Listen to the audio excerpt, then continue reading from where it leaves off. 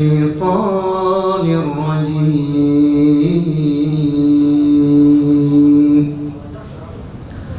بسم الله الرحمن الرحيم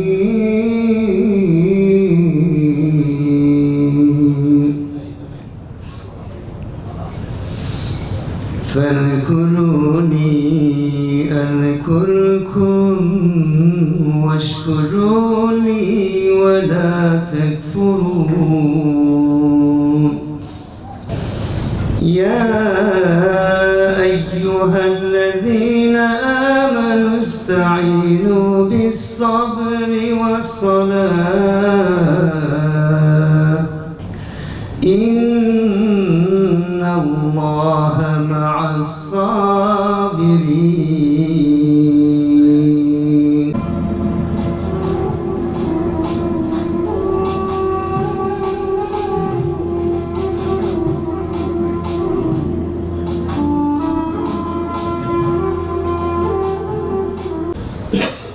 Rahmeti yerleri esti kurak çöllerde, gözyaşı sevince bölüştü gözlerde. Tek hükümran Allah'tır bak göllerde.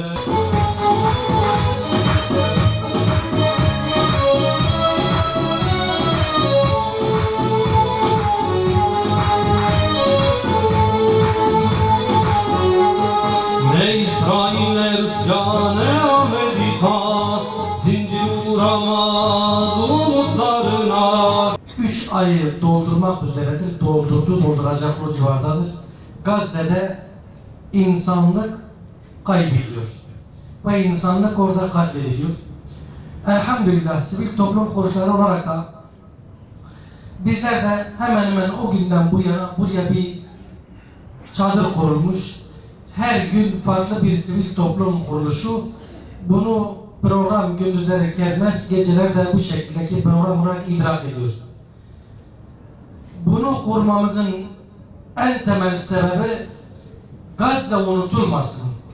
Gazze gündemde kalsın. Çünkü orada insanlık öldürülüyor.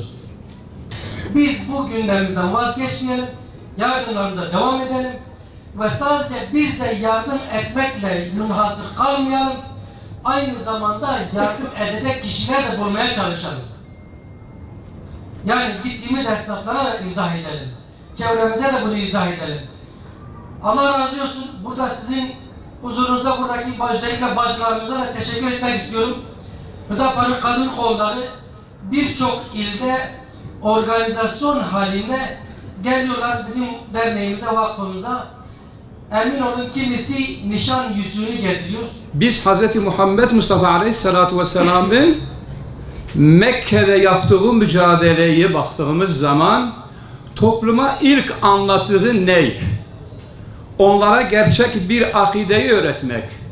La ilahe illallah Muhammedun Resulullah'ı o toplumun kalbine yerleştirmekti.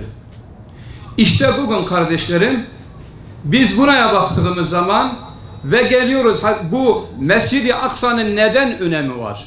İsra suresinin 1. ayeti kerimede diyor Bismillahirrahmanirrahim.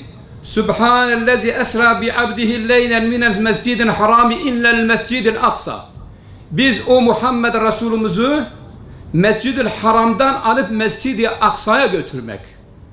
Demek ki bu iki kıblemiz çok kıymetli olan bir mekan olduğundan dolayı şu anda orada mücadele eden kardeşlerimiz ümmetin onurunu muhafaza etmek için mücadele ediyorlar.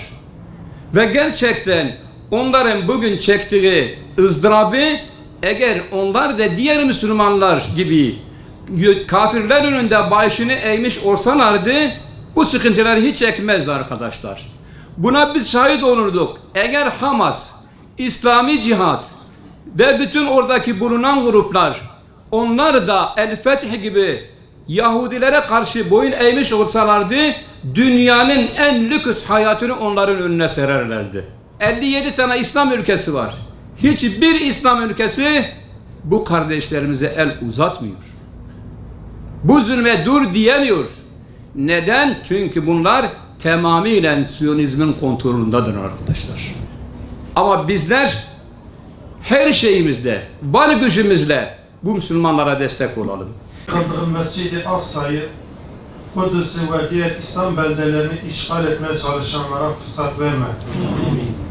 Ya Rabbi, evlerinden ve yurtlarından kovulan 360 kilometre karelik bir alanda merhum kavmin bombaları altında bir o tarafa bir bu tarafa savrulan Gazze'li Müslüman kardeşlerimize kurtuluşlar nasip eyle.